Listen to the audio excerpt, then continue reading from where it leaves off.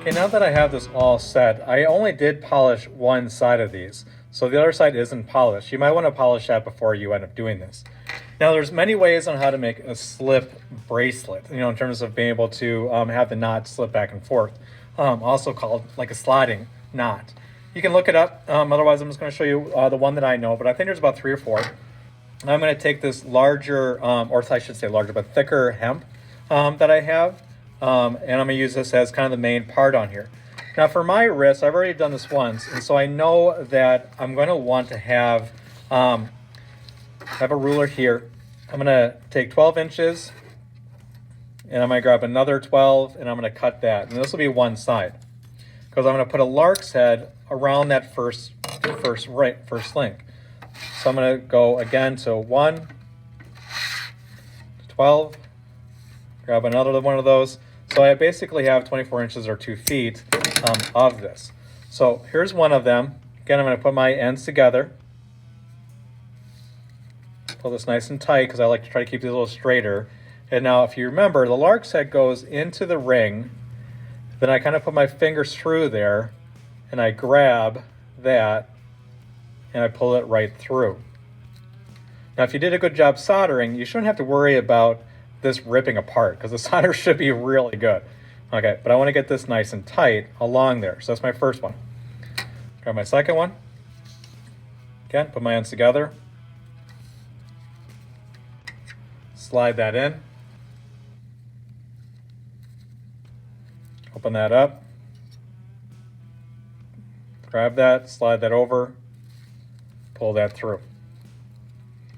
Okay, that's the first thing.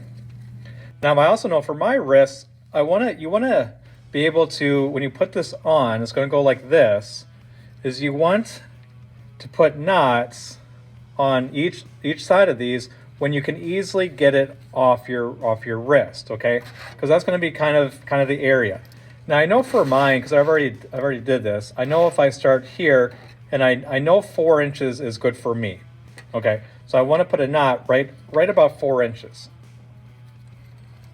So I'm taking just one side, taking all those strands, and I'm looking at this. I'm going to pull that knot up a little bit because I want to get to about 4 inches. Okay, so that's where I want it to be at.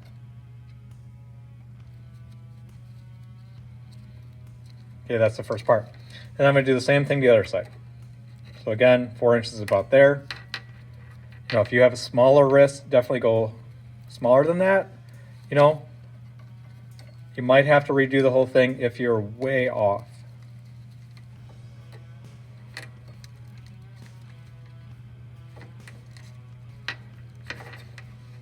Okay, that's a little longer. It's like in a quarter, so I can always kind of push these together, slide this knot down just a tad bit, and it should be fine.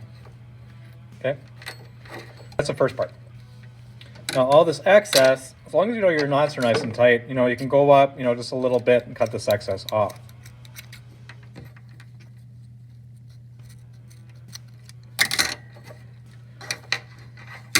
So next part is I'm going to grab the thinner hemp that we use in year 1, and I want to use black. You can use whatever color you want to. If you want to match this, that's perfectly fine. Again, I'm just going to grab about 12 inches. You're going to cut a lot of this off. And you're going to create this little bit of a loop, and you're going to have a tail around here because you're going to take the rest of this and you're going to kind of wrap it around. So I'm going to overlap these. You can overlap them a lot because you'll tighten the whole thing up.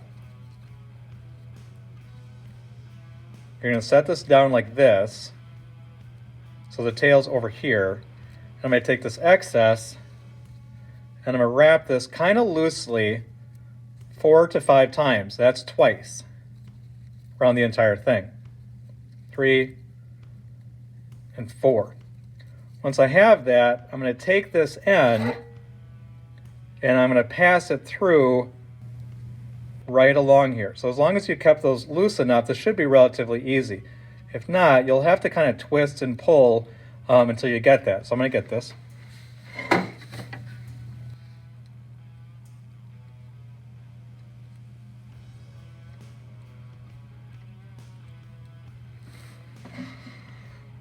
Okay, now that I got it,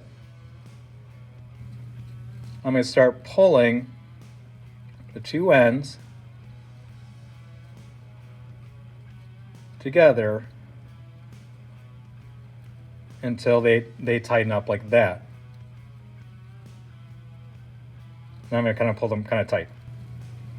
Now you don't want them super tight that you can't move these, the natural color ones back and forth, but this is good enough.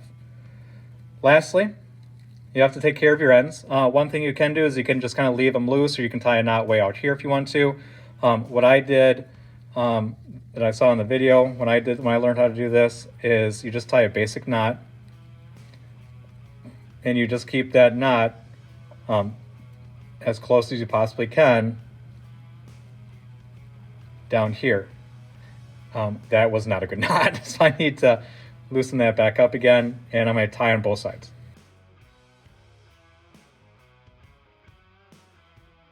Those are both good. Pull them nice and tight.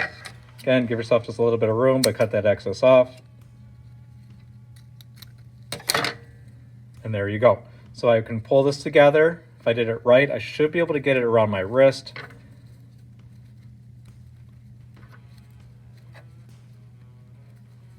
Which I barely can, but I did. So I have that up. And then you can kind of grab it with one finger. You can pull the other side. I usually take my mouth and grab, bite this end, and I'll pull this end. And then there's your slip knot. So a lot of times these, people are okay with it being flat. If you do want this curved, sometimes we can take like a hammer and try to find something metal and round. We can put it on, but it stays on really good. So I do like this, and I like the added color that's on there as well. So that's how you finish your project. Once you're all done with that, again, get it on top of or take it over to the photo station, get a photo of it, bag it up, turn it in, and you're done with your bracelet of rings. So if this ends up being a super short project, we might end up doing 2 or 3 of these. So good luck on it, and let me know if you have any questions. Thanks.